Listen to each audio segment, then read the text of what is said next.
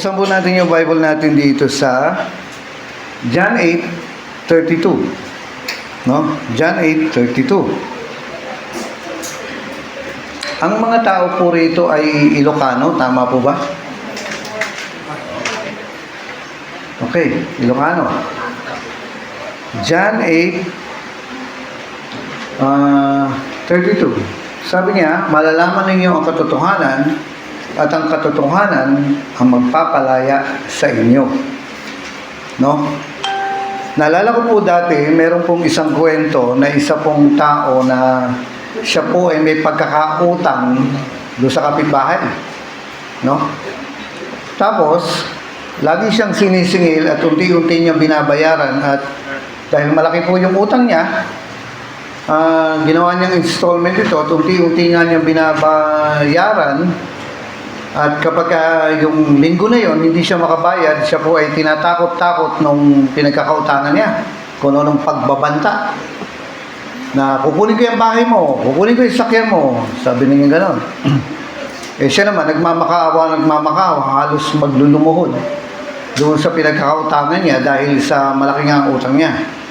Nalaman po ito ng kapatid niya at ang ginawa po niya, nagbayad na. Binayaran na yung kakulangan na utang doon sa kinautangan niya.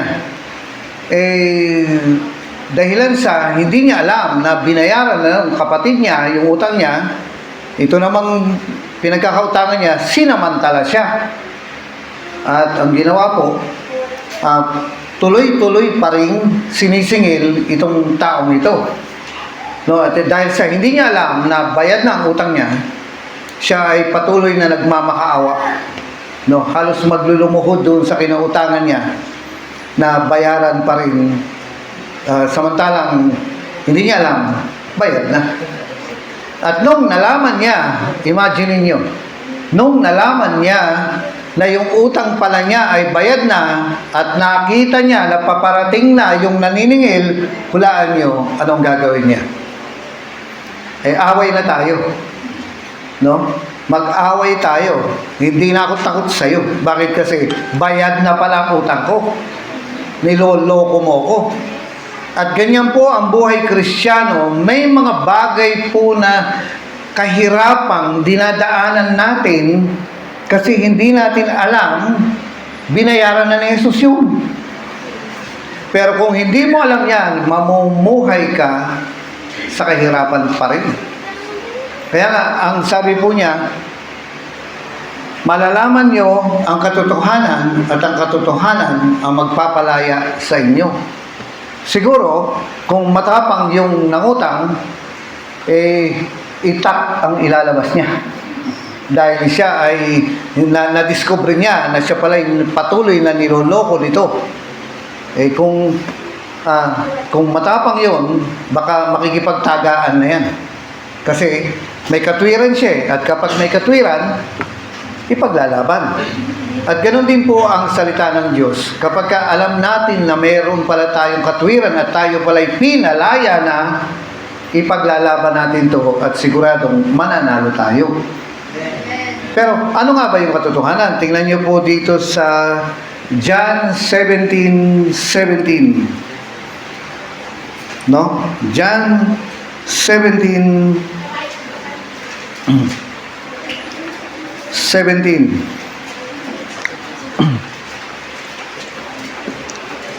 Dito sa Juan, tingnan ko po rito sa Tagalog, ang sabi niya, Juan 17:17.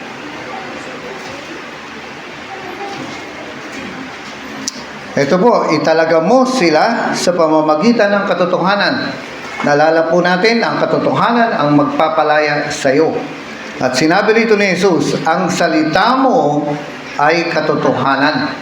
Ang salita ng Diyos ay katotohanan. Ang Biblia ay katotohanan. Sa madaling salita, kapag natututunan nating malaman, kapag nagsimula na nating alamin at hanggang sa malaman natin ang salita ng Diyos, ito nasa tablet ko, magsisimula na tayong lalaya. Yan, pakisabi mo nga sa katabi mo, lalaya ka na sa lasenggo mong asawa. Lalaya ka na dyan sa matagal mo ng sakit. Lalaya ka na sa kahirapan. No? Alam niyo, naalala ko noong time ng yung pandemic. Ano ba yung sakit ng pandemic? LBM? Ano ba yung sakit ng pandemic? COVID. Ay nako mga kapatid, natakot ang mga tao dahil pagka nagka-COVID, mamamatay na daw. At ang inyong abang lingkod ay nagka-COVID. No? Naranasan ko yung COVID na yan. Ako po ay na-hospital. At yung hospital, yung kwarto na pinagkakalagyan ko ay may mumu. May multo. No? Ngayon, inalam-alam ko, nakipagkwentuhan ako doon sa mga nurses doon at doon sa mga nag-i-inject sa akin ng kung ano-ano, naka-astronaut sila eh. Yung PPE nila. Eh, inamin sa akin nung isa na may multo nga daw doon sa kwarto na yun. Ayan, makakaramdam ka ng parang, parang may kasama rito. Pero hindi mo mararamdaman na hindi ka matatakot. Kahit na dumaan ka sa apoy, hindi ka masusunog. Dumaan ka man sa tubig, hindi ka malulunod. Makakaramdam ka talaga ng apoy, ng lagnat. No? Pero, ang sabi nito, hindi ka masusunog. Kahit pa magka-COVID ka, hindi ka mamamatay. Ano ba na? Hanak, mamatay, tama ba? O, yun na nga, yun. No? Ito po sinasabi rito, no? Sabagay, may nanaginip po sa akin na ako'y mamamatay, hindi naman natuloy.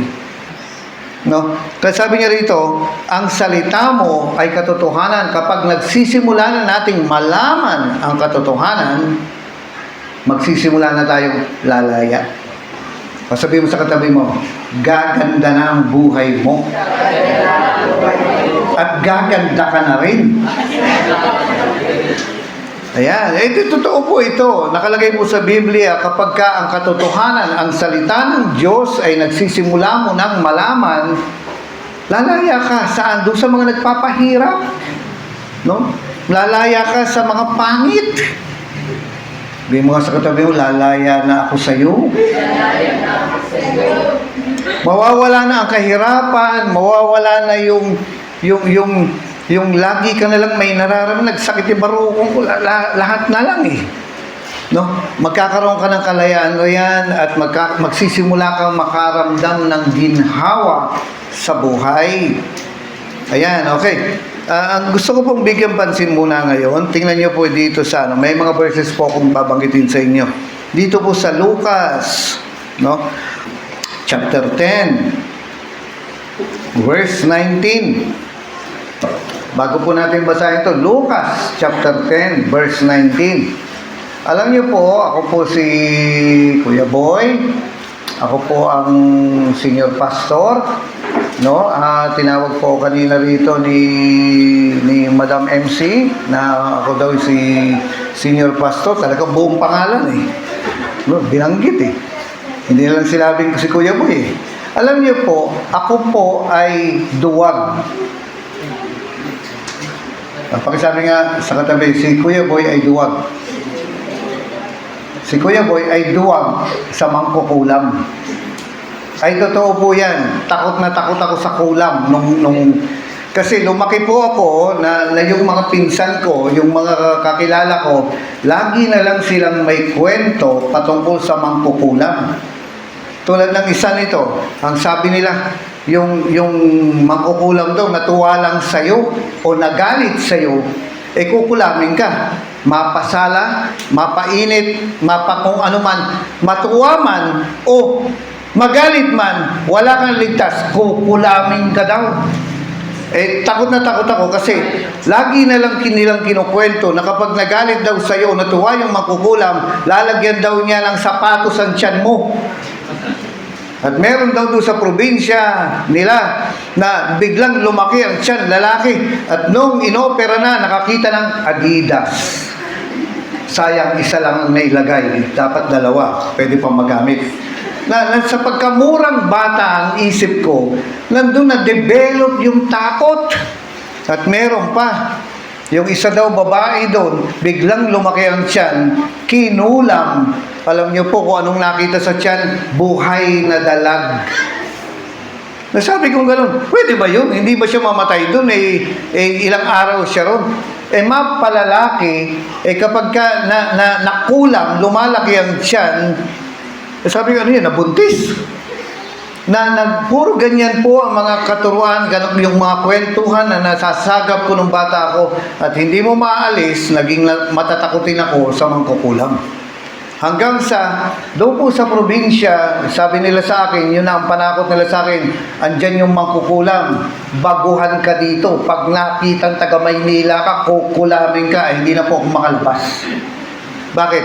Naipit na ako sa takot ng mangkukulam. No? Naalala ko po ang tatay ko noon, kapag ka nagdadrive siya, lahat na lang ng tulay, bubusina. Bakit? Tabi-tabi po. Alam niyo yun? Tabi. Yung kumbaga, bakit kailangan nakaganong ka? No? Hindi ba pwedeng ganon?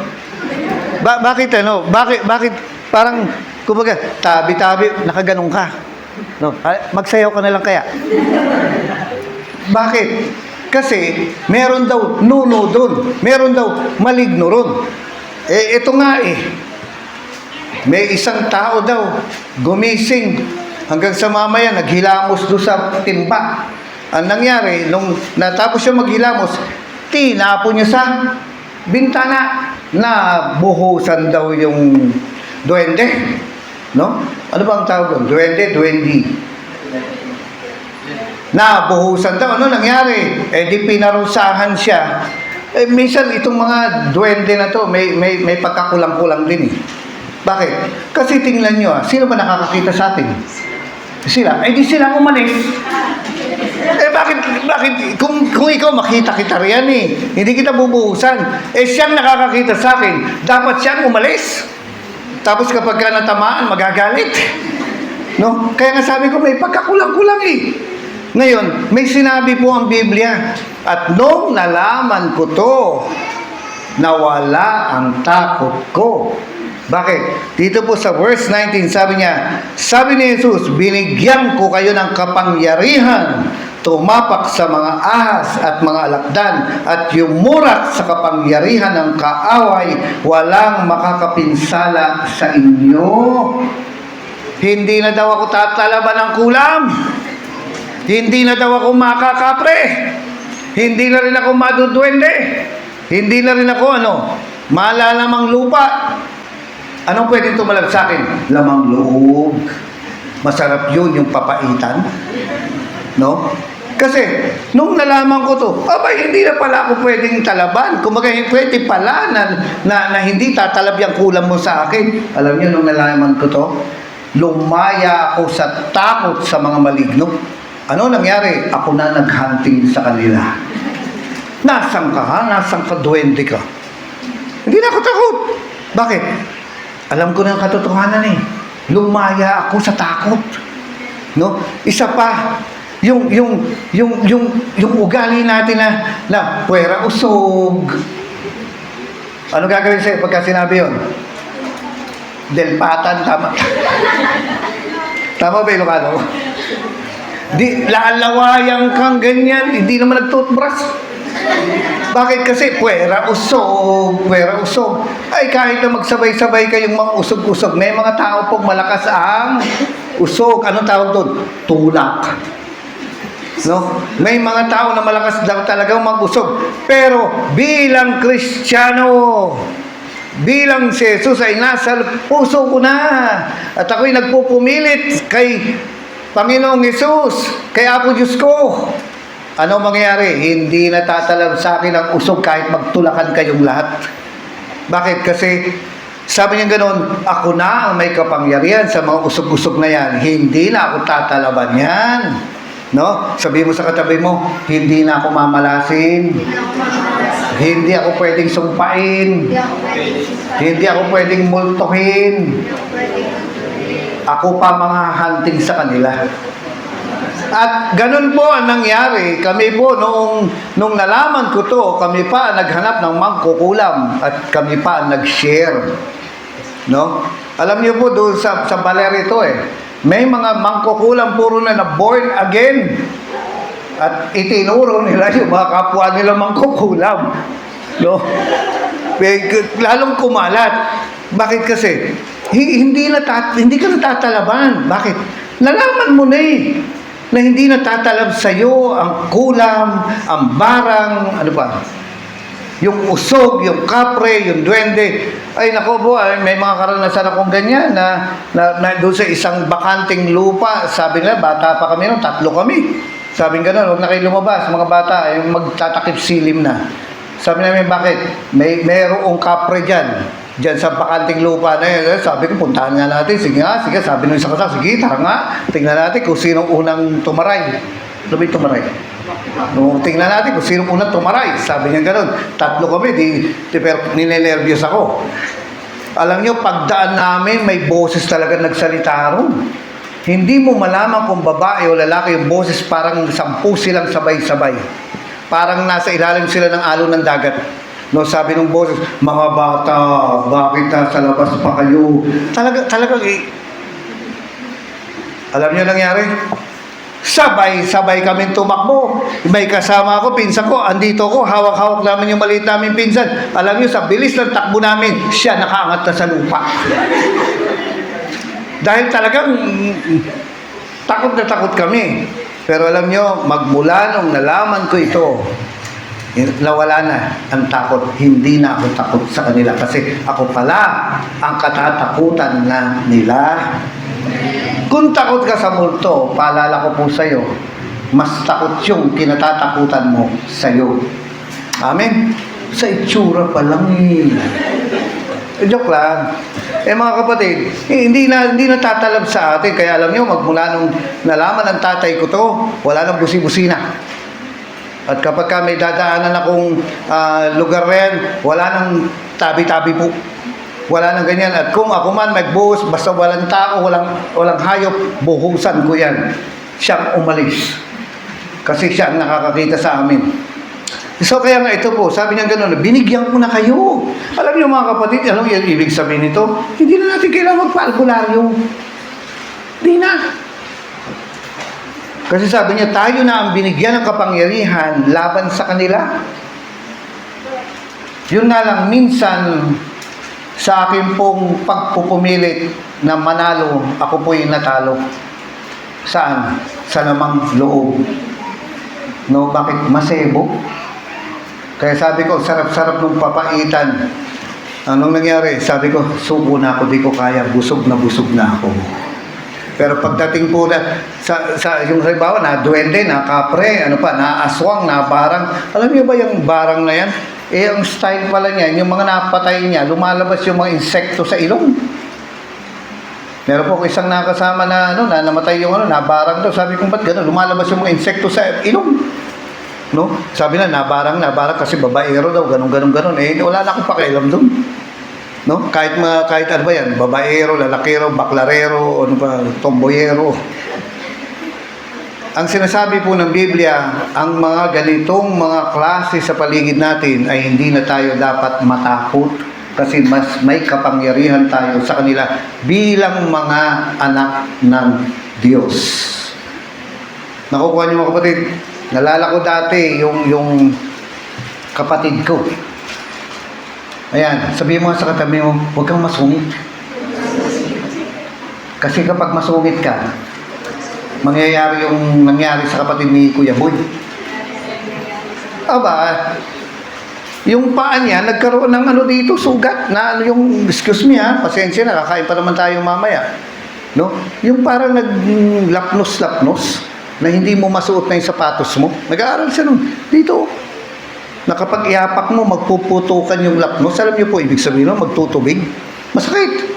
Alam niyo, simpleng prayer lang, kinabukasan tuyo lahat. Nawala. Himala. Sabihin mo sa kanabi, kinukulam pala. May kapangyarihan ka na dun Hindi ka natatalaban yan. No? Kaya bakit ka matatakot sa ganyan? May maligno raw dyan, may maligno. Eh, sabi ng Biblia, may kapangyarihan daw ako sa kanya eh. Eh, di umalis siya. Amen po ba? Dapat siyang umalis. Naalala ko nung unang panahon, may simbahan tayo, yung unang-unang simbahan natin sa Manila. Nasa 3rd floor kami. Aba, yung 3rd floor na simbahan, eh may maligno. Bakit? Kasi dating beer house. Nilinis namin yung lugar na yun, ginawang simbahan. Alam niyo, yung nandun sa baba, eh ano yun, yung computer, yung short term na computer, yung parang mag-aral ka ng basic, visual basic, yung mga ganon. Alam niyo, umakyat yung gwardiya. Sabi niya, Pastor, yung multo dito sa baba, dito sa taas, bumaba. Sabi ko, bakit? Yung electric pa namin sumisinding mag-isa. O yung nainitan yung multo. No? Sabi niya, yung ganito nasinding mag-isa. Yung mga upuan lumilipat. Kinukwento niya lahat. Bakit? Kasi kapag ang isang lugar ibinigay mo na, katulad nito, itong lupang ito, itong lugar na to, itong building na to, kapag binigay mo na sa Diyos, malaya na ang Diyos bumaba at siya na ang makikialam. At ganito, no? Yung cellphone ni Abby, ni Ali. Ayan. Eh, aminin natin. Kasi hindi sa'yo. Hindi ka palaging magmamalasakit. Tama po ba?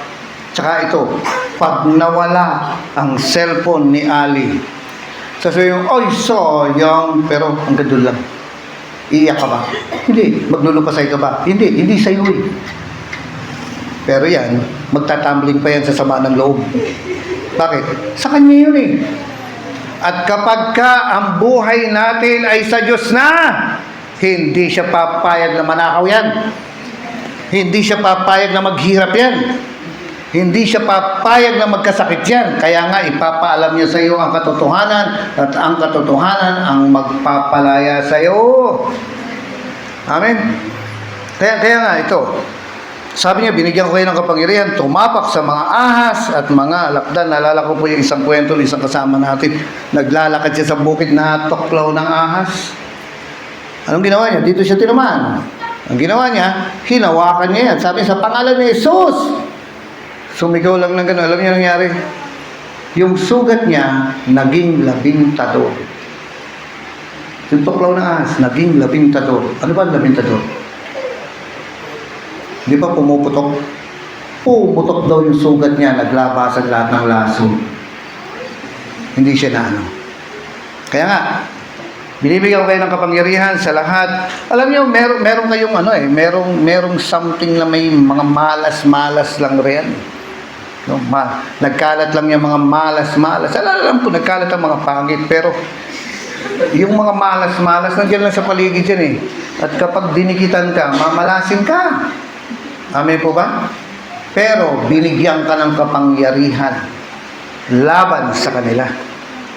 Nakukuha niyo mga kapatid? Amen. Naalala ko noon na nagdadaan kami sa na parang alam niyo isang pinakatahimik na lugar, sementeryo. Dami nagde-date yan. No? Umuoo sinublog. Nasubukan mo na ba? Umuoo ka eh. Ngayon, diyan sa sementeryo, dito kasi sa probinsya, pero sa Manila kasi, yung mga garden, pangalan nito, yung mga garden na, yung mga sementeryo, dami nagde-date, dami din nagja-jogging. Ayan. Eh ngayon, napunta kami ron, naglalakad kami, mga bata lang kami ron.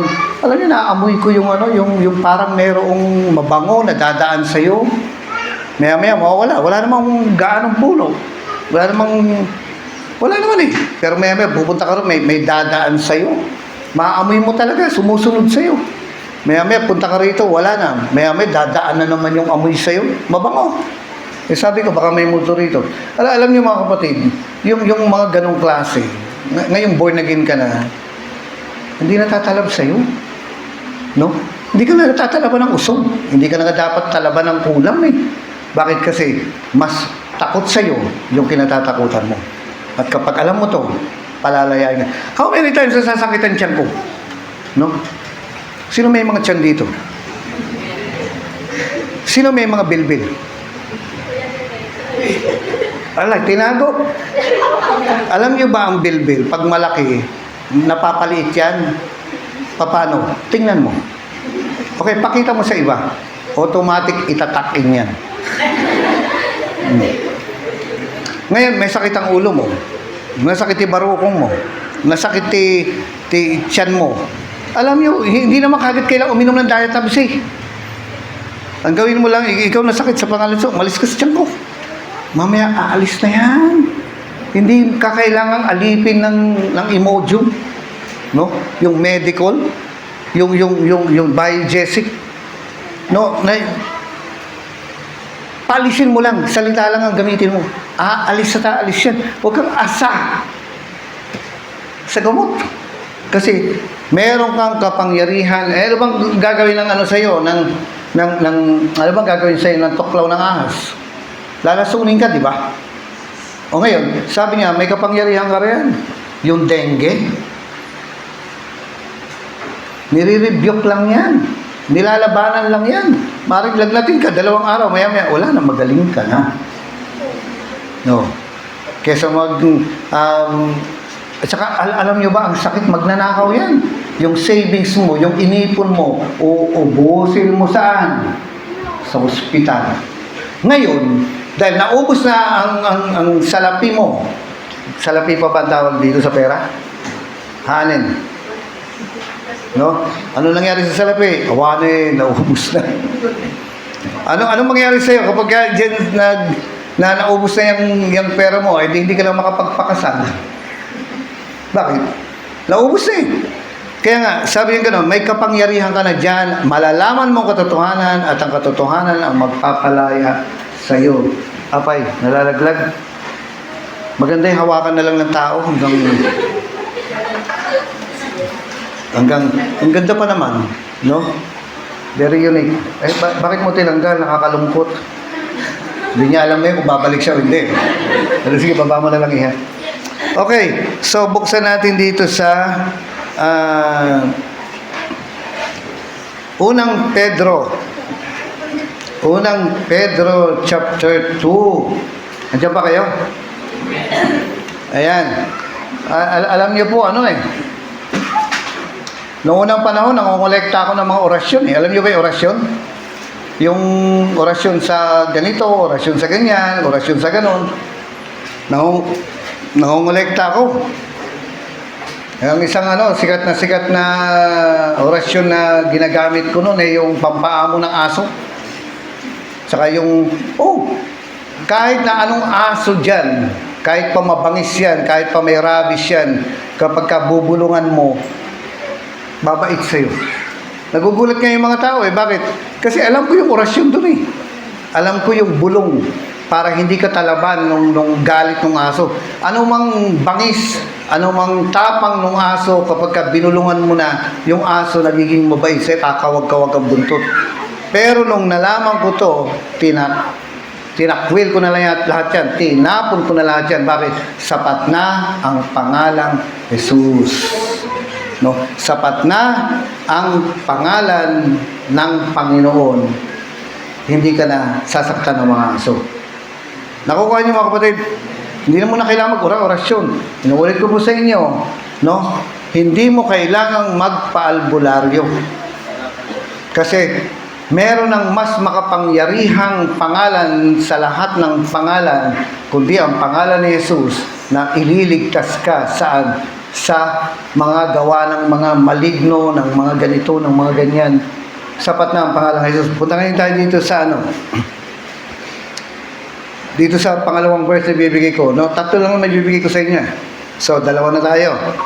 Alam niyo po ba na ang isang bagay dito ay yung sakit na dadaanan mo, tingnan mo nga itsura ng sakit nung katabi mo. Ano kaya ang sakit ang dadaanan mo? No? Sabihin mo, siguro sakit sa puso. Ano pa? Sakit sa bulsa. Sapa? Oh, siguro, sakit sa tenga. Sumagot ka, ha? Gumanong ka. Siguro, sakit sa cancer. Siguro, ano pa? Sakit sa ulcer. Naalala ko nga, sabi nung ano eh. Nung sabi niya, "Brother, anong zodiac sign mo?" Sabi niya, inisip niya, ano ba yung zodiac sign? Sabi niya ganun, ikaw, ano zodiac sign mo? Ikaw muna. Sabi niya, ako cancer. O ikaw? Sabi niya, ulcer. Sabihin natin, ano bang maaring sakit na daanan mo? No? Alam niyo po, ang nakalagay sa Biblia, alam niyo, merong insurance ngayon eh. Na pag ikaw ay nagka-cancer, sasagutin nila ang 200,000 ng sakit mo. Yan ang insurance ngayon. Na kapag ka ikaw ay nagka-COVID, sasagutin nila ang 20,000 pesos ng sakit mo. Insurance yan. Pero meron po akong ipapakita sa inyo na sabi niya, anumang sakit mo, COVID man, cancer man, ulcer man, ano pa ang gusto mong sakit? Ano ba? Aba ako, wala akong gustong sakit. Kayo ba? Tinatanong ko. Oh. Pilay man, ano pa, katarata man, o kung anumang sakit ang dumapo sa'yo, no? Alam niyo, may pamangkin akong ano, yung ano ba tawag dito? Tulungan niyo ako, pharmaciology, ano? Yung nag-aaral ng mga gamot-gamot, yung nag-i-invento, pharmacist, hindi. Oo, parang gano'n. Tinanong ko di alam mo lahat ng gamot? Sabi niya, opo. Kailangan kong alamin yan di pagka nagre-review ka, pumasa naman. So, ibig sabihin, napakaraming gamot. Ang iisipin niya, sabi ko, tanongin nga kita, may gamot ba sa pangit? Sabi niya, wala po. Okay yun, sabihin natin, ano mang sakit ang dumating dyan alam niyo po ba yung may nakita po ako lasenggo? Kakainom. Alam niyo yung paa niyan to? Tumutulo ang tubig. Lumalabas ang tubig dito. At yung sahig nila, daming basahan, kumot na basang-basa dahil nalabas yung tubig dito sa... Ngayon, sabi sa akin, sabi ko, ba anong klase sakit yan? Kakaalak daw niya. Sabi mo sa katabi mo, sige ka. Kakaalak daw. So, anumang sakit ang dumating sa'yo, anumang, yung hindi ngayon maaaring sa 2025, 2026, 2027, 2028, anumang sakit na dumaan sa'yo, alam niyo, sabi ng Biblia, pinagaling ka na. Pinagaling ka na. Na kung dumating man sa'yo, huwag kang matakot kasi pinagaling ka na. Ano ibig sabihin nito? Reserve na ang kagalingan mo. At kung hindi mo alam ito, matatakot ka. Kawawa ka, matatakot ka. No? Sinasabi ko po sa inyo, dahil babasahin po natin, nakalagay sa Biblia na anuman ang sakit na maaring daanan mo, ito ay pinagaling na ng Diyos. Meaning, reserve na ang kagalingan mo. As long as nagpapatuloy ka sa pagiging Kristiyano. No? Sabi niya ganon, sa kanyang pagkamatay sa krus, si Jesus, dinala niya ang bigat. Ibig sabihin, binuhat niya ang bigat ng ating mga kasalanan upang tuluyan na nating iwan ang pagkakasala. Huwag ka na naglalasing. No, huwag ka na nagkakasala. Ang bigat ng ating mga kasalanan upang tuluyan na nating iwan ang pagkakasala at mamuhay ayon sa kalooban ng Diyos. Kayo'y gumaling sa pamamagitan ng kanyang mga sugat. Siya nang nasugat. Siya nang nagkasakit para ikaw ay hindi na magkasakit. Kaya nga, kapag may dumating na parang may ulcer ako sige, punta ka sa doktor. Magtanong ka, anong sakit ko? Sige lang. Ngayon, pag alam mo na, sabihin mo rin sa sakit, hindi kita tinatanggap. Ayaw kita. Pinagaling na ako ng Panginoon kong Jesus. No? Sagot na ng Diyos yung sakit ko. Hindi ako dapat talaban ng sakit. Bakit? Uubusin niya yung pera mo. Nakuha niyo mga kapatid? Uubusin niya yung buhay mo. Mamamatay ka ng maaga. Ganon. Sa kayo'y gumaling sa pamamagitan ng kanyang mga sugat. Ibig sabihin, siya ay nagkasakit para ikaw ay hindi na magkasakit. Kaya kapag kami nararamdaman kang sakit, may naisip ba kayo na tao na lagi na lang may sakit? Nagsakit tigil, nagsakit, sakit.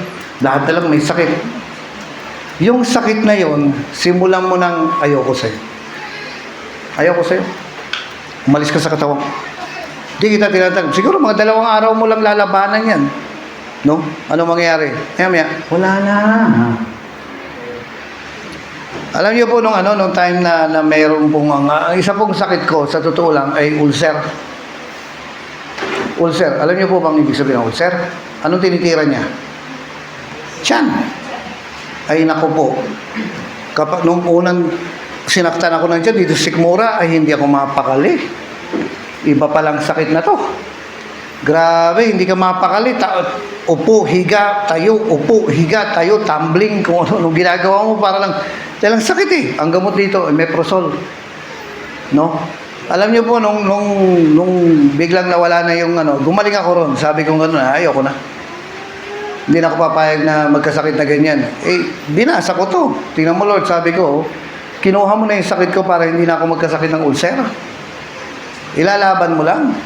Anong susunod? Naramdaman ko po yung ulcer, ayan na. Hindi naman biglang ganun yan eh. Magsisimula yan, unti-unti, dahan-dahan hanggang sa mamaya, nagwawala ka na. Anong ginawa ko ngayon? Nandun po ako sa simbahan, naramdaman ko, napatingin ako ganyan eh. Dahil kasi nagsisimula na naman sumakit na, alam ko, titirahin na naman ako to. Ay, nilabanan ko na, sabi ko, pinagaling na ako, ayaw kita riyan. Lumabang ka naman. Ano ba sa Tagalog yun? Yung mag-away kayo, apa-apa? Ha? Ag-apa? Baka mali ako eh. Ag-apa naman kayo ng sakit mo. Labanan mo naman. Kasi sabi ng Biblia, resist the devil and he will flee from you. Oy, lumabang ka naman. Hindi kita gusto. Ayaw kita rito. Kaya lumayas ka. Ikaw na ulcer. Dahil maya-maya, nakagano na siya. Masakit na eh. Ano nangyari? Ay, hindi ako tumitigil. Hindi rin siya tumitigil eh. Hindi rin ako titigil. Alam niyo, maya-maya, malaki na yung sakit niya rito. Ay, sige. Patigasan na lang tayo ngayon. Pinagaling na ako ni Jesus. Kababasa ko lang, hindi ba? Kinuha na niya yung sakit para hindi na ako magkasakit. Walang kwenta na 2 kaming may sakit ni Jesus. So, ano nangyari? At nilirebyok ko ng nirebyok. Sabi ko nga, ayoko sa'yo. Hanggang sa mamaya, alam niyo, maya-maya yung ulcer, bumaba hanggang sa awanin. Lumabang ka. Kasi kinuha na ni Jesus yung sakit. Bakit mo pa kukunin? Kontrahin mo. Amin po ba? Ayan. Kaya, ito sinasabi niya, kayo'y gumaling sa pamagitan ng mga sugat niya. So, tayo po ay gumaling sa mga... Pag alam mo na to, na kumbaga parang may nararamdaman kang ganito, labanan mo naman. Hindi yung, higa mo na ako, hintayin ko na lang mamatay ako. Hindi, lalabang ka. At ang promise ni Lord, mananalo ka. Hindi katulad ng iba, ito po ang regalo ng Diyos sa ating mga Kristiyano. Sa iba, magpa-doktor sila. Pero sa ating mga Kristiyano, ang Diyos ay mayroong gantimpala, mayroong reward. Amen po ba? Ayan, at ito na susunod. Buksan po natin sa 2 Corinthians. Tingnan nyo, binabasa ko pa lang ang katotohanan. Ano ba itong Biblia? Sabi ng Biblia, sabi po ng verse na yan, yung katotohanan, itong katotohanan, ito po ang Biblia ang magpapalaya sa atin. Kapag ka naririnig natin ito, napag-aaralan natin ito, nababasa natin ito, lalaya daw tayo. Amen? Ayan. Okay, so dito tayo sa 2 Corinthians chapter 8. No? O sige, bago natin basahin ito.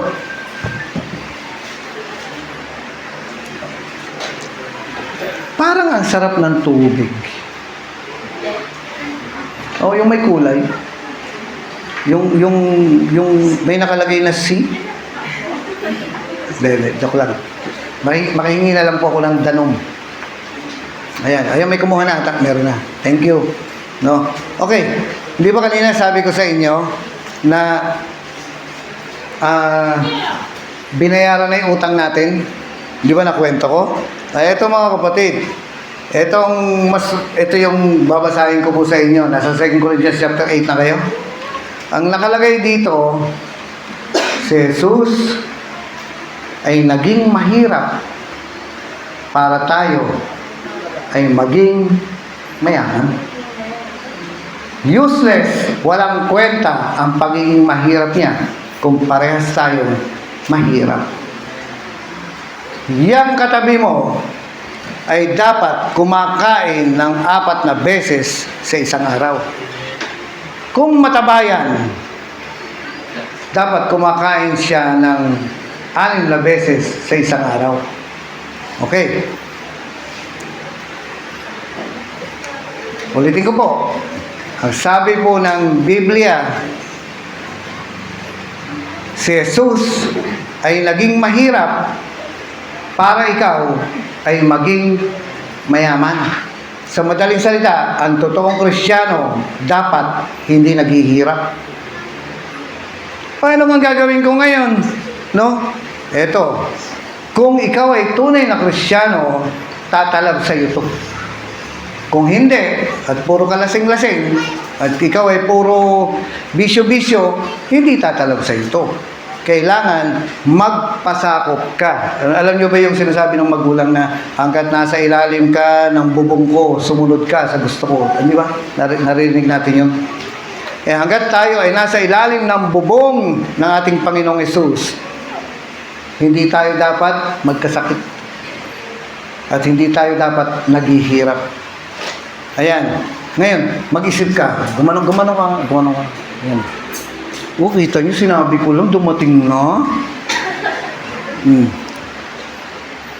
Ba? Ano to? I love you? 140? Bakit 3? No, thank you.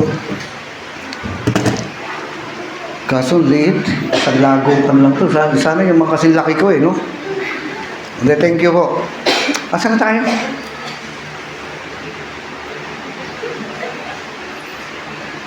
Kayong magkapatid. Sa damit. Terno kayo Ano pinag-usapan natin?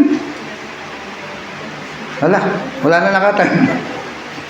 Ano yung pinag-usapan natin bago dumating itong sito na to? Yung hindi makatanda, hindi na makapag-asawa. Oh, ano na? Ha?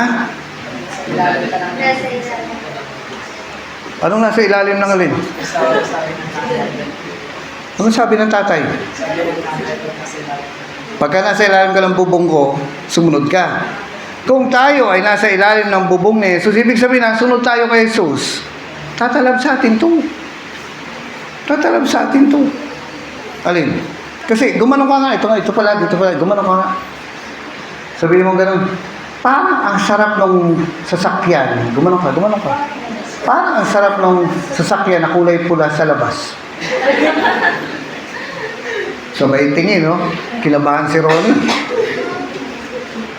Ito mga kapatid Kasi, pwede kang magkaroon yan. Amen. No? Pwede kang magkaroon yan. Nang kahit wala kang pera. Kasi iniisip ng tao, magkakaroon ako niya. Bakit kasi? Adak kwarta. Hindi. Pwede kang magkaroon yan kahit wala kang pera. Kasi, ang tingin ng Diyos sa'yo, talagay ng Diyos sa'yo, trato ng Diyos sa'yo, mayaman ka.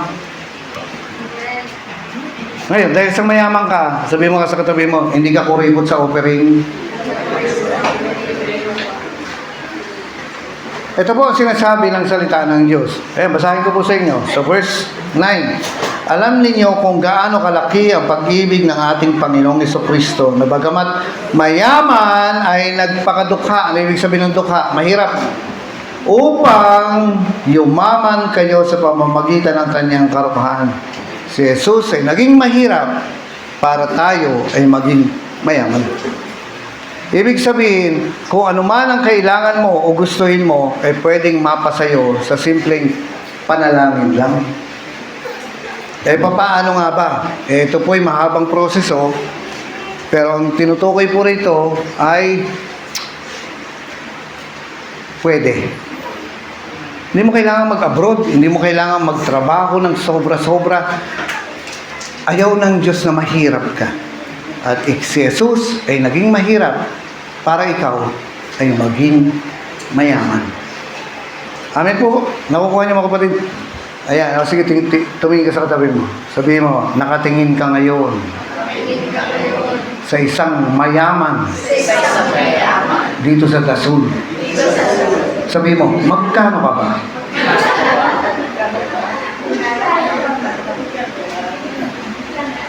Nakukuha niyo mga kapatid? Sabi niya, sa totoo lang, ikaw yung nawawalang apo ng mayaman mong lolo. Oh. Ikaw yung ikaw yung apo ng milyonaryo mong lolo na matagal na niyang hinahanap. Hindi mo kailangan mabaon sa utang. Hindi mo kailangan maghirap-hirap. Na ang sabi nga nila, ang lagi naming ulam ay tuyo.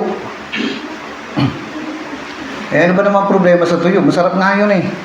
Di ba? Tuwing umaga. Oh, saw-saw mo ron sa suka na may sili, na may asin, na may asukal. Oh, naglalaway na tayo, no? Asya. Wala namang problema ron. Pero pagka, parang gusto ko ng chokes togo. Meron lang. Parang gusto ko ng lechon baboy. Meron lang. Parang gusto ko ng baboy na napritada, adobo, ano ba? Inihaw. Sige, lapangin mo, kainin mo lahat yung baboy na yan hanggang sa... Hindi ka naman pupunta ng impyerno kapag kumain ka ng baboy. Hindi. Mabilis ka lang pupunta ng langit. Ibig sabihin, andun yung... Tingnan mo nga yung anak mo, ikaw ang yaman-yaman mo, tatay ka ha. Pero yung anak mo, hirap na hirap. Payag ka bang ganun? Hindi. Hindi. At ibig ko pong sabihin, ikaw magde-decide kung kailan mo gustong gumaling. Ikaw magde-decide kung kailan mo gustong sumagana. Kailan ka lalaya. Pag nalaman mo ang salita ng Diyos, lalaya ka. Kaya adal ng Biblia. Naintindihan kaya dito yun? Ilocano naman mga tao rito eh. Adal lang ng adal. Basa lang ng basa ng salita ng Diyos. Ano mangyayari? Darating ang time, maganda na buhay. Nang hindi ka nagsusugal. Alam niyo pa, ulit-ulit ko pong sasabihin ito. Na nagkaroon po ako ng utang na 600,000. Wala akong trabaho, wala akong hanap buhay. Paulit-ulit ko sasabihin ito. Bakit? Nangyari. Totoo naman eh.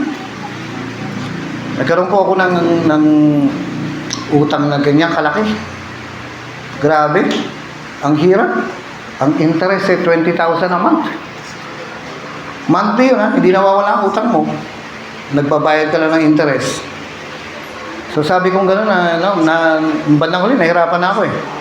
Pero alam niyo mga kapatid, sinimulan kong basahin ito na paulit-ulit. At sabi ko, teka, hindi maganda na si Jesus naging mahirap. Pagkatapos ako, mahirap din. No? Si Jesus ay nagkasakit para ako may gumaling. Hindi maganda na siya nagkasakit para ako may sakit pa rin. Hindi maganda eh. Kaya ang ginawa ko po, sabi ko, pinakita ko kay Lord, sabi ko, Panginoon, no? Naging mahirap ka para sumagana ako. Makaalis na ako sa utang. Alam niyo po, ulitin ko, October, parang last month lang, 2016. Hindi ako nagkakamali, 2016. Sabi ko, next year, wala na akong utang. Wala na akong utang. Ayoko na. Si Jesus ay naging mahirap para ako'y maging masagana. Hindi ka pwedeng maging masagana na baon ka sa utang. Saan nakukuha ng kalahating milyon? Anong trabaho ko? Nagpapastor nga ako. Didistorbohin pa nito yung pagpapastor ko. So, anong gagawin ko? Eh, di aasa ako sa kanya. So, ano nangyari? Sabi ko, next year, bayad na ako sa utang. Bayad na. Sabi nga, ano yun? Knock on wood. No? Dinadaan ko lang sa biro, pero yung salita ng Diyos ang pinipit-pit ko. Sabi ko, Panginoon, sabi rito, naging mahirap ka para maging masagana ako. Pangit naman na dalawa tayong mahirap. Kasi alam nyo ba si Jesus sa Bible may utang? Alam nyo ba yun? Nagkautang si Jesus? Yes, nagkautang si Jesus. At alam nyo po kung ano solusyon ni Jesus nung siya ay may utang? Binayaran niya. Bigyan mo sa katabi, bayad ka na ng utang sa akin. Bigyan mo sa katabi, dami mong dahilan eh. Hindi masamang mangutang. Masamang mangutang kapag hindi mabayaran. Madaling mangutang. Oh. Kaya nga, ayoko na. Alam niyo po nun, sabi ko, ang dami kong utang. Next year, mawawala na ako ng utang. Bakit? Sabi ko, Lord, ikaw magbayad. Wala akong tatay-nanay. Wala akong tatay-nanay na pwede kong, Nay, pwede ba akong bumaba?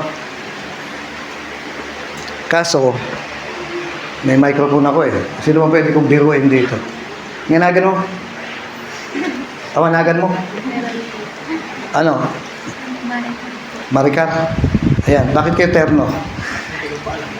Nagkataon lang? Sino mas mabait sa inyo dalawa? Same. Ang problema ko rito kasi, ang laki ng utang ko, kalahating milyon. Ngayon sabihin mo sa katabi mo, ba't kasi umuutang-utang si Kuya Boy ng kalahating milyon? Sabihin mo, wala ka ng paki. Kung hindi ka tutulong magbayad. Ang dami ko mga utang. Tapos, hamak na pastor lamang sa nakukuha ng pambayad. Eh, dito kasi wala ka naman sweldo eh. Pero malaki allowance ko, kaso wala kang sweldo. Dito sa Rema, lahat kami hindi sinusweldohan. Pero may mga allowances kami. Ako pinakamalaki. Pero kulang.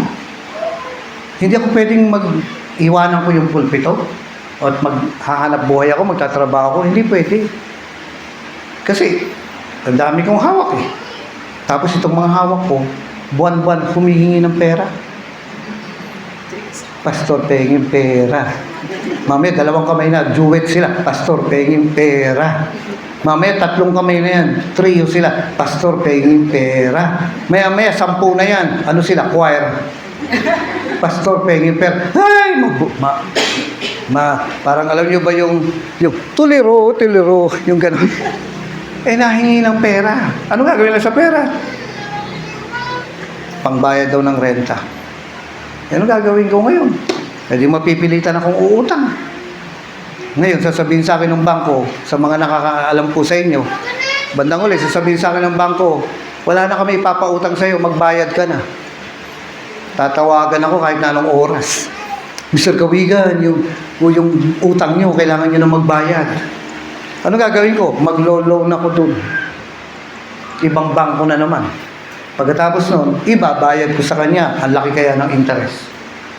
Ngayon, pag naubos ko na yung pera doon sa isang bangko, maglo-loan na naman ako sa ibang bangko. Para mabayaran ko yun doon. Nakukuha nyo? Parang yung ginaganon-ganon mo lang ng bola. Wala akong mapagkunan eh. Pero alam niyo, nakalagay dito sa Biblia. Pero ano Bible? Nakalagay dito sa Biblia. Ang tingin sa iyo ng Diyos, masagana ka, kaya may pambayad ka sa utang. Kung aasa ako sa sarili ko sa bangko, no? Uy, love letter nalaglag. Kung aasa ako doon, wala mangyayari sa akin. Ano pinagkaiba ko bilang Kristiyano? Sinabi ko sa Panginoon, no? Panginoon, ikaw magbayad ng utang ko, wala akong pera. Alam niyo nangyari? Ito, maganda. Mamaya mo na kunin. No? Tingnan natin kung kanino Hindi naman natano yan eh. Alam niyo, uy, sa kanya daw yun. Alam niyo po, sabi ko, Lord, ikaw magbayad ng utang ko kasi wala akong pambayad. Next year, bayad na utang ko. 2017. Wala niyo mga kapatid. Wala akong pinagsasabihan. Yung problema ko akin lang. Nakakaya sasabihin mo sa kongregasyon. Pasensya na kayo mga kongregasyon. Kailangan ko ng pera. Baka gusto niyo kong bigyan. Nakakahiya. No? Simple lang ginawa ko. Sabi ko, hindi ko magbayad. Kasi nabasa ko sa Bible eh. Di ba? Amen. Si Jesus ay naging mahirap para ikaw ay maging mayaman. At ang mayaman, nakakabayad ng utang. Kaya sabi ko, ay ikaw magbayad na. No? Ayoko na ng utang. Alam niyo mga kapatid, by January, may nagbigay sa akin ng pambayad ng utang. Pagdating ng February, may nagbigay na naman. Diba? Pagdating ng March, may nagbigay na naman. Hindi ko naman kinakausap. Wala nga alam eh. Hindi nga niya alam na gano'ng kalaki utang ko eh. Pagdating ng April, may nagbigay na naman. May nagbigay na naman. June, may nagbigay na naman. July, may nagbigay na naman. Ano susunod sa July? Ha? August, may nagbigay na naman. Susunod sa August. September, anong mas mataas sa 2? Mali po. Anong mas mataas sa 2? Si Red? 2. Huwag muna kayo matutulog, kakain pa tayo. September, may nagbigay na naman. October, may nagbigay na naman. November, may nagbigay na naman. Alam niyo mga kapatid, simpleng bagay, bayad na lahat ng utang ko. Magwawalong taon na, wala na akong utang. Ay, ang sarap. No? Ulitin ko nga po eh. Ate, ano pong pangalan ng ano ba yung damit niyo? Anong tatak niyan? Hindi natin alam ano? Ano ba yan? Lacoste? Hindi natin alam. O sige, tanongin ko po kayo. Ano yung, ito palagi ko naman ginagawa eh. Ano ang brand ng unan niyo? Uratex? Toyota? Ano? Ano ang brand ng unan mo pag natutulog ka sa gabi? Ano po? Ayun. Ayun sa akin, kakaiba. Kasi yung brand ng unan ko ay brand na walang utang. Ang sarap matulog. Bakit? Hindi ka kinakabahan. Hindi ka nag-iisip ng malayo ang tingin. Anong kanta yun? Wala namang tinatanaw. Hindi ka na nag-iisip ng ganun. Bakit? Kasi sinaklolohan ka na ni Apo Diyos ko. Bakit kasi? Magpapailalim ka sa Panginoong Hesus. Sabi niya, si Jesus ay naging mahirap para ikaw ay maging mayaman. Hindi ko kailangang umalis sa ministry. Tinulungan pa nga ako ng Diyos sa ministry. Ano nangyayari? Nagpapatuloy. Alam niyo po, isa pa nga maganda rito eh. Na, ito po eh. Yung linggo-linggo na pag, sino mag-gitara? Sino ba mag-gitara? Yung linggo-linggo na pagpunta ko, dito po, ito nga after ng camp natin,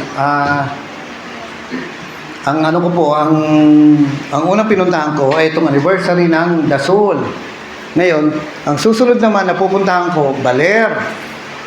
No, sa Sunday yan. Sino gusto sumama? Sa Baler, no? Tapos, ang susunod nito ay meron ako December, hindi ko pa matandaan eh. May December pa ako, tapos sa January, meron na naman, 4 sa January, sa February, 4 din, sa March, 4 din, April, May. Alam niyo, kinocompute ko yung gastos sa loob ng isang taon. Yung everyday ka, hindi na ako napunta ng Manila eh. Bakit? Kasi, wala na akong time. Every Sunday, tapos ito pa. Kung linggo-linggo, pupuntahan natin ang mga simbahan, no? Lahat ng simbahan natin dadalawin. Gaano kaya katagal na maiikot ko ang lahat ng simbahan natin? kung every Sunday dadalawin ko bawat simbahan. Minsan sa isang taon. Every Sunday pupuntahan ko. Alam niyo po kung ilan? Aabutin po ko ng 3 taon. Kasi madami na nga para mapuntahan yan. At alam niyo mga kapatid, ang gastos po sa isang taon ay more than 100,000. Sa loob ng 1 year, more than 100,000 ang pang-travel mo.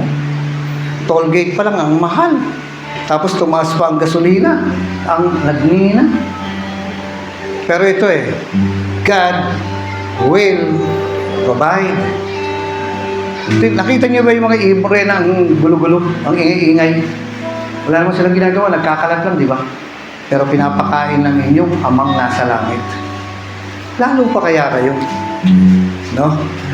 Yan, pakisabi nga sa katabi, kalabitin ng katabi mo. Sabi mo, mangarap na tayo. 4 wheels. Bakit? Kasi pwede. Pwede. Ayan. Tapos sabi mo, mangarap na tayo. Yung CR natin, pataasin natin. Bakit kasi? Yung gumagamit, pag tumayo, kita kagad kung sino. Bakit nga ba ganun sa Pilipinas, ano? Ang tinipid yung CR, kaya kapag sabi nga nila paano mo malalaman kung yung nasa CR ay babae o lalaki? Hintayin mo tumayo. Bakit? Binitin Kumbaga, kuripot Tapos, ito po ang sinasabi ko po. Ito po ay galing sa Biblia, binasa ko. Si Jesus ay naging mahirap para tayo ay maging mayaman. Meaning, pwede tayong sumagana. Pwede tayong mangarap. Pwede tayong mag-asam ng mas magandang buhay. No? Hindi yung nakatingin ka na lang doon sa kapitbahay mo, ganda ng buhay niya. No? Hindi. Pwede ka rin magkaroon. Bakit kasi? Isa lang naman ang tatay natin Sino? Si Jesus. Kaya nga, kapag malalaman natin ang katotohanan, ito, sayang, marami pa akong pwedeng kwento po sa inyo, maiksi yung time natin. Pero, pag alam na natin, ito ang katotohanan, ang salita ng Diyos ay ang katotohanan. Sabi niya, ang katotohanan ang magpapalaya sa iyo.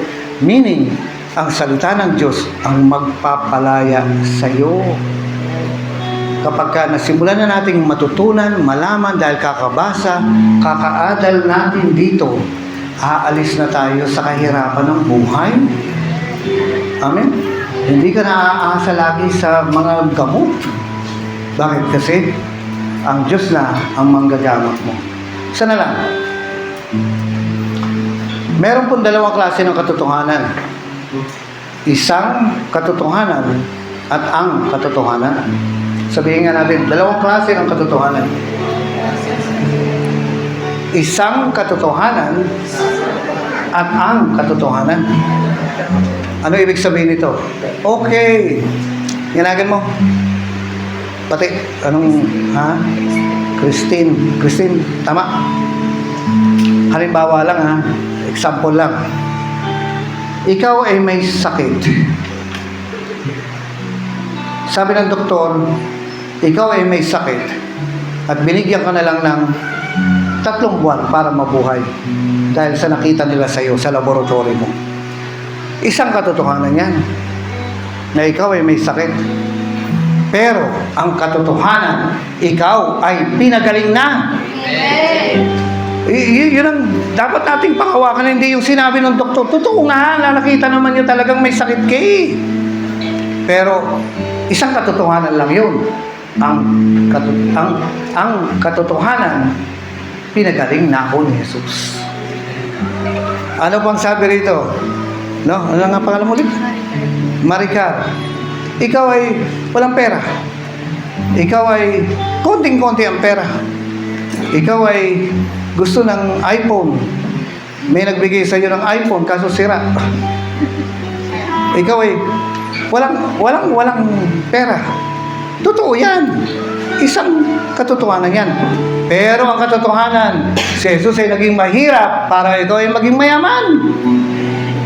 Kaya anuman ang dumating sa buhay ko, God will provide. At yan dapat ang nasa isip natin. No? Ano na nga yung kinuwento ko kanina? Na pag may nararamdamang sakit ka, ano gagawin mo?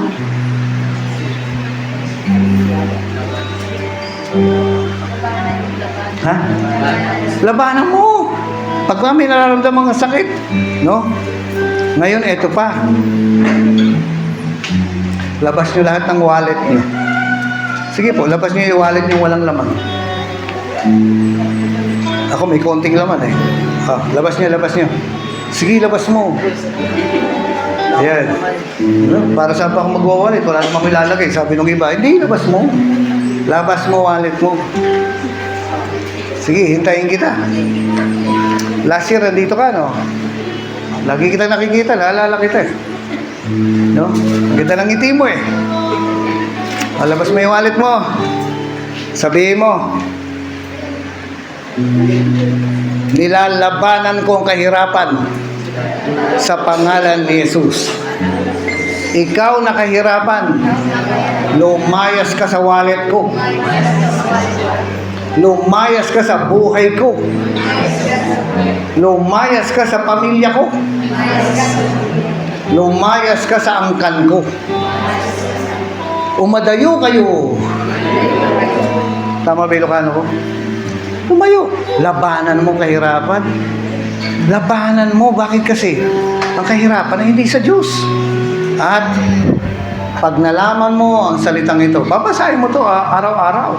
Hanggang sa mamaya, oo nga no. Mapapaganon ka parang points. Oo nga no.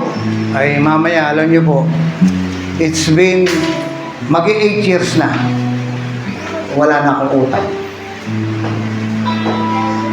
Hindi ako nagkaroon ng utang mula na hindi ako, wala akong trabaho, wala akong trabaho, wala akong hanap buhay. Pero mag-8 years na, malayo na ako sa utang. Ayan. No? Tapos ito pa, masarap naman ang kinakain ko. No? Lalo na yung sardinas na yan. Ay, alam mo, sarap niya kapag yung ginisa. Bakit? Type ko eh. Alam ko nga kung 555 yan o ligo yan.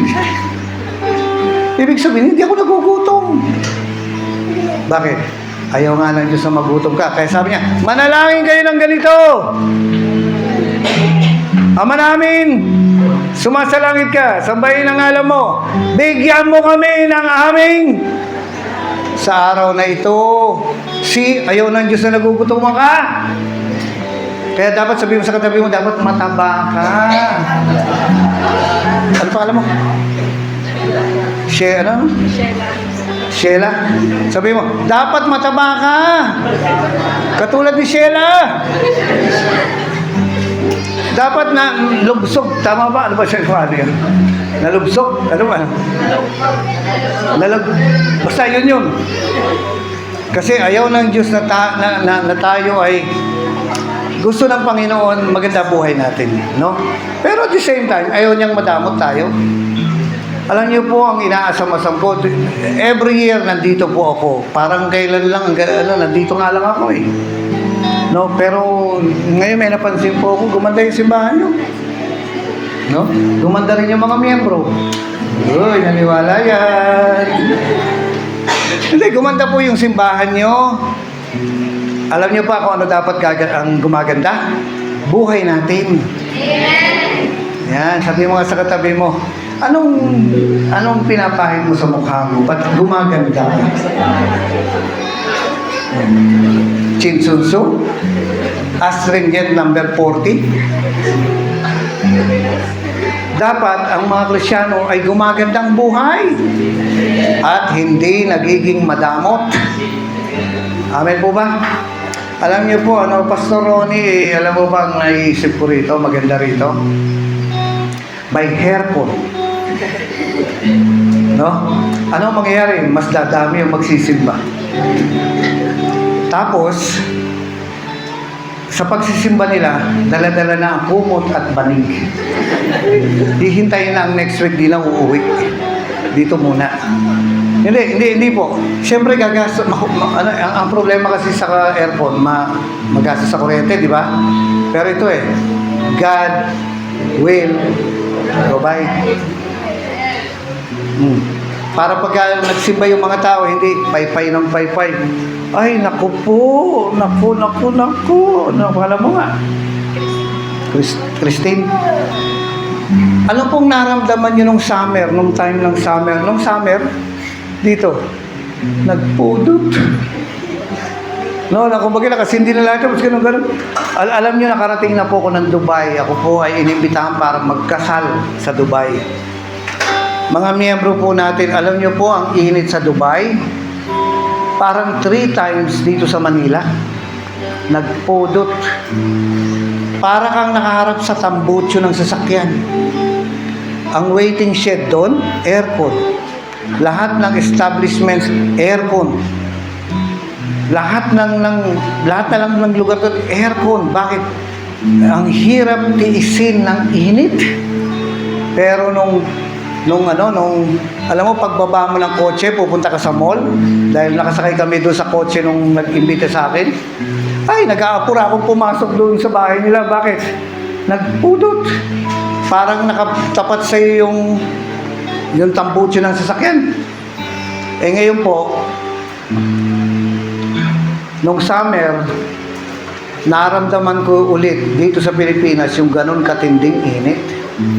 Yan, sabihin mo sa katabi mo, aircon na tayo. Sabihin natin, Pastor, aircon. Sabihin nyo, Pastor, mura lang yung inverter. Ayan, siguro mga 2.5, mga tatlong 2.5, okay na to. No? Dito na tayo lahat matulog sa gabi. Ayan, kaso magastos. No? Magastos. Ay sabihin mo sa katabi mo. Humarap ka sa katabi mo. Humarap ka sa katabi mo. At teka muna, sino pa may gusto ng aircon dito? Magsabi ng amen. Amen! O, pastor, narinig niya yan, ha? O, sige. Humarap ka sa katabi mo. Okay, sabihin mo, hindi ba ikaw ang mayaman dyan?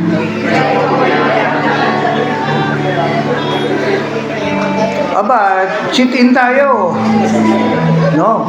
Ano tawag doon? Boodle fight. Hindi, sabihin mo sa katabi mo, hindi ba sabi ng Biblia, ikaw ang mayaman? Ay, hindi po ako magtataka. Siguro, before summer, may aircon na tayo rito. 2 hours lang naman natin bubuksan, di ba? At saka pag wala sila, pastor. Sa Manila, yung aircon namin, 2. No? Naalala ko noon, malamig pa nga dito, nagsarado yan, walang bintana, tapos pinag-sermon ako. Ay mga kapatid, hindi ko po napigilan. Pagkatapos ng sermon ko, lumabas ako, umupo ako sa labas. Hindi ko kaya. Sa sobrang init. Ayan, pero ito gumaganda po ang simbahan nyo, gumaganda rin ang mga miyembro, gumaganda rin ang buhay ng mga tao rito. Next year, naniniwala po ako, may aircon na. No? 2 hours na natin bubuksan yan. Amen? Sabihin niyo, Pastor. Tumingin ka ulit sa katabi mo. Sabihin mo, hindi ba ikaw ang mayaman?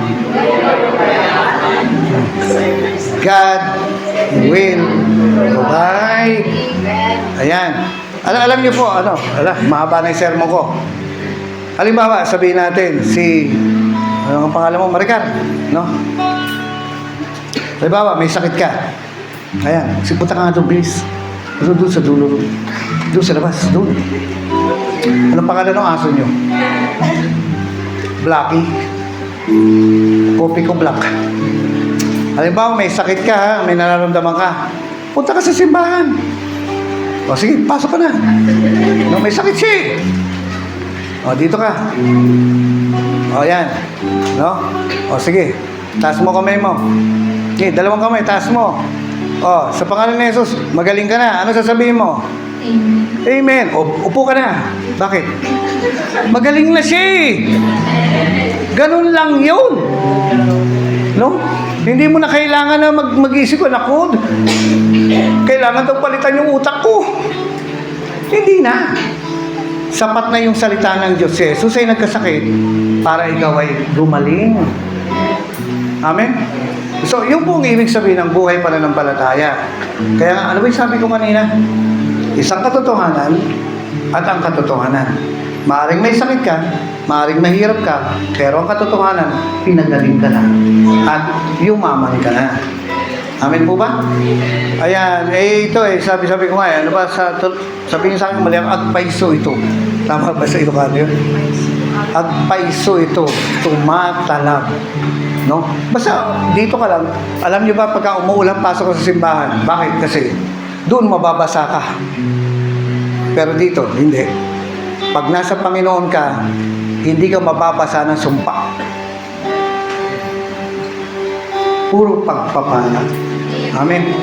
Ay, sige po. Ano bang kanta yan, Mika? Ha? Sa'yo? Hindi. Ano ba yung pinakanta? Sino may pakanta kanina?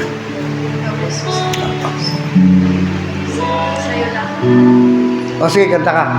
May kwento ko sa inyo. Close ko na rito. Promise. Doon po sa simbahan natin sa Florida Blanca, nung unang binuksan yan, meron pong 3 worker. 2 lalaki at 1 babae.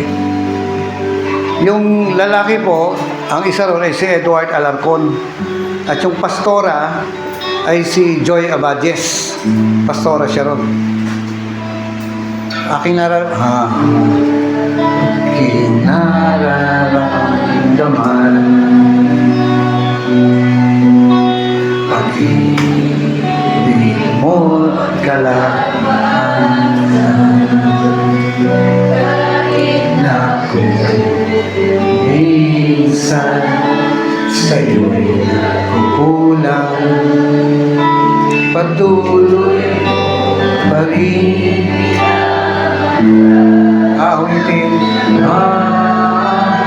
ulitin ko ang kabutihan mo na di nagbabago, mananatili ka kailan pa man dito sa puso ko. Panginoon, sa'yo naman ako. Ay sige, tingin po kayo sa akin. 2 lalaki, 1 babae, at yung babae po yung pastora, si Joy Abades ito. Nakadestino sila sa Florida Blanca. Yung paligid po ay teritorya ng Iglesia ni Cristo. At andun sila sa gitna. Alam niyo po, meron pong yung katapat nilang tindahan, pagkaraan po ng medyo matagal na sila ron. Pagkatapos ng service, si Edward ay lumapit, bumili sa tindahan. At sabi ng tindera, ilan kayo dyan? Sabi ni Edward, 3 po kami. Sabi niya, sino yung kasama niyo na nakaputi, na lakad-lakad sa harapan ng pintuan? Sabi niya, sino yun? Kasamahan niyo ba? 3 lang sila. At silang 3 ay nasa loob ng simbahan. Sabi ng tindera, sino yung kasama niyong lalaki na nakaputi? Matangkad na tao at lalakad-lakad sa harapan ng pintuan. Ngumiti na lang si Edward. Bakit? Kasi alam niya. Ano yun? Maaring si Jesus o maaring ang anghel ng Diyos. Alam niyo, iniisip ko yun eh. Bakit kailangan may anghel doon? Alam natin na ang mga anghel ay nag-iingat. Ingatan ka. Pero, bakit naglagay ng anghel doon? Bakit may aatake ba? May gusto bang manakit sa kanila? Bakit may anghel doon sa harap ng simbahan na nasa labas at palakad-lakad?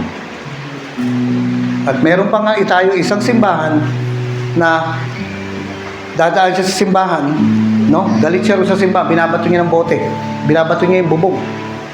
Pero nung dumaan siya, nakakita siya ng dalawa namang nakaputi na nakatingin sa kanya ng masama. Habang lumalakad daw siya, nakatitig daw yung dalawang tao na hindi tuloy niya nabatok yung simbahan. May iniisip ko, bakit may isang anghel doon sa isang simbahan? Bakit? Gusto, may mananakit ba sa kanila?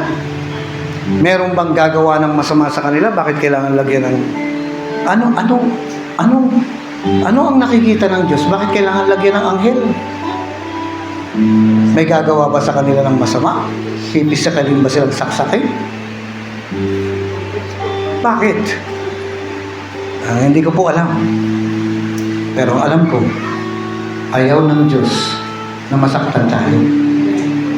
Kaya nga, patuloy lang kayo. Kung yung simbahan nilalagay niya ng anghel, ikaw din. Kahit saan ka magpunta, may anghel kang kasama na nakabantay sa'yo. Bakit? Kasi ito ang gantimpalan ng Diyos sa mga tagasunod niya. Merong mag-iingat sa'yo saan ka man pumunta. Ganyan ka ka-importante sa Panginoon. Kaya nga, minsan masasabi mo, muntik na kami maaksidente. Ay, naku mga kapatid. Hindi ka muntik. Gusto talaga ng kaaway, ng dyablo na saktan ka. Kaso, hindi ka niya nasaktan. Kasi may anghel na inilalagay sa iyo ang Diyos. Sabi mo sa katabi mo, ganyan ka kapalad na merong nag-aalaga sa iyo saan ka man pumunta. Nakukuha niyo mga kapatid, napakapalad natin. Kasi meron tayong Ama na nagmamahal sa atin at may binigyan pa niya tayo ng bodyguard. Kahit tayo may body odor, binigyan pa niya tayo ng bodyguard na kahit saan man tayo may punta, ay meron. Nalala ko pa nga yung kwento nila eh. Sabi ni Pastora Joy, lalakad tayo rin. Sabi nung kasama niya, Pastora, ang layo, ang init. Eh, wala tayong magagawa. Yan ang daan eh. Kasi magso-soul winning sila, magpa-follow up doon. Eh, sabi niya, sabi ng dalawang lalaki, kung sino pa yung lalaki yung pamaangal. Sabi niya gano'n, Pastora, ang init. Wala tayong payong. Sabi niya, wala tayong magagawa eh. Naglilingkod tayo sa Panginoon eh. Alam niyo, maya-maya may tricycle na dumaan na hindi naman dinadaanan ng tricycle. Ngayon, sabi ng tricycle, sakay na kayo. Sabi ng mga worker, wala po kami pamasahe. Sabi niya, hindi na, sumakay na kayo, libre ko na kayo. At sumakay sila. Ngayon, sineran nila yung driver.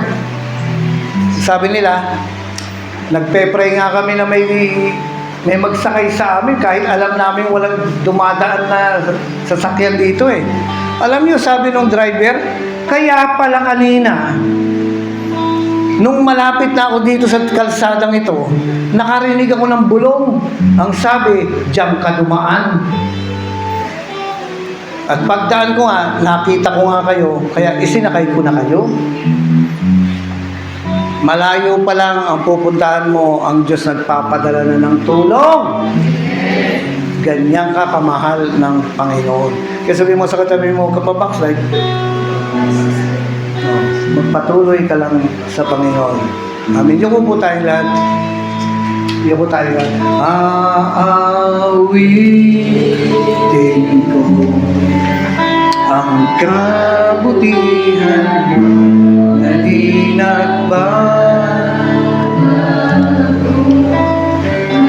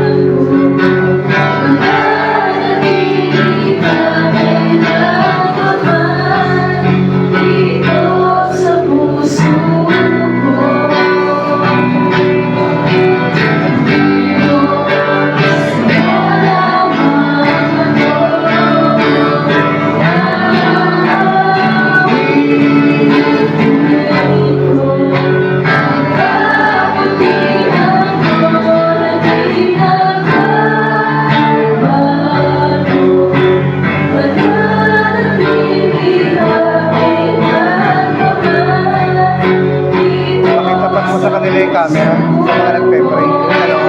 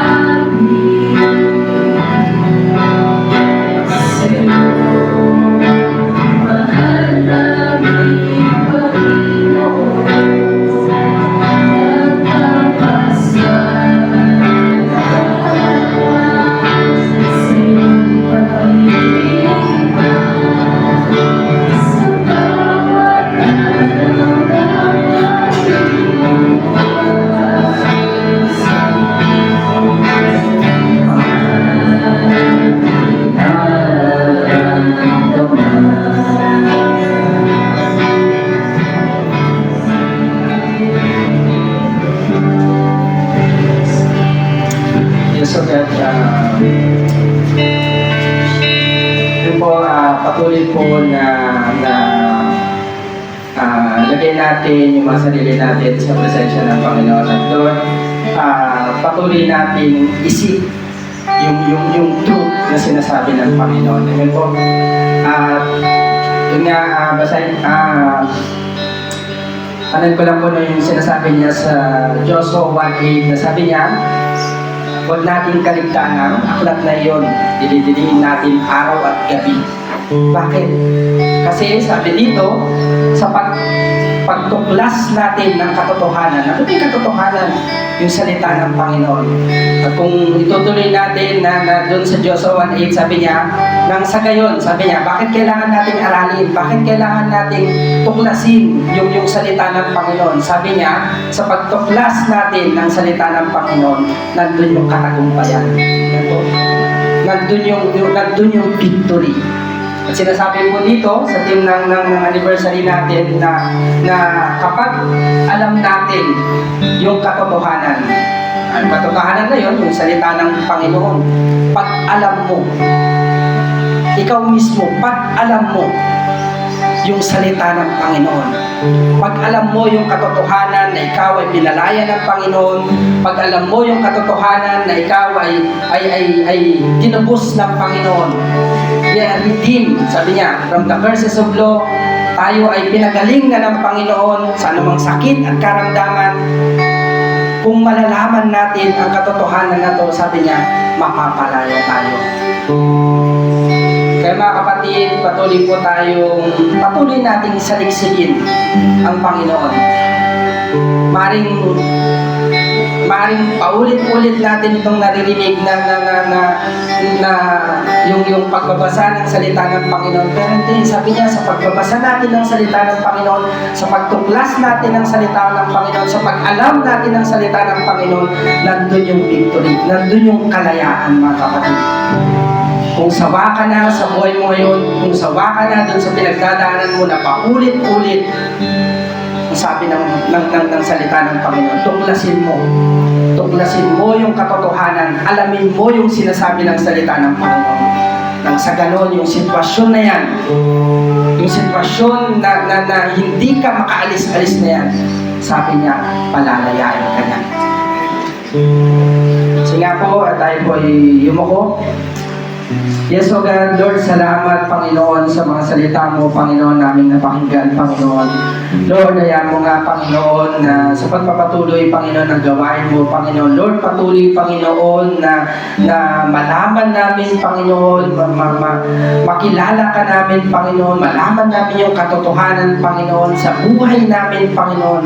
Nang sa ganun, Panginoon, anuman yung pinagdadaanan namin, Panginoon, anuman yung umaalipin sa amin, Panginoon, ay mapapalaya kami, Panginoon, ng katotohanan ito, Panginoon. Lord, salamat sa iyo, Panginoon. Lord, dalay ko, Panginoon, na mga kapatiran kong narito, Panginoon, ay patuloy, Panginoon, na patatagin mo ang mga pananampalataya ng bawat isa sa amin, Panginoon. Lord, patuloy agad na ilagay mo yung desire sa amin, Panginoon, na tuklasin, Panginoon, alamin, Panginoon, yung salita mo, Panginoon, yung katotohanan, Panginoon, dahil ito, Panginoon, yung magpapalaya sa anumang sitwasyon ng buhay namin, Panginoon. Lord, salamat o God, at Lord, patuloy agad na samahan mo kami, Panginoon, sa pagpapatuloy pa ng gawain namin dito, Panginoon. At Lord, patuloy agad na ilagay mo, Panginoon, yung desire sa puso namin, Panginoon, na makilala ka, Panginoon. Lord, salamat o God, pinupuri ka namin, pinasasalamatan sa pangalan ni Jesus. Amen.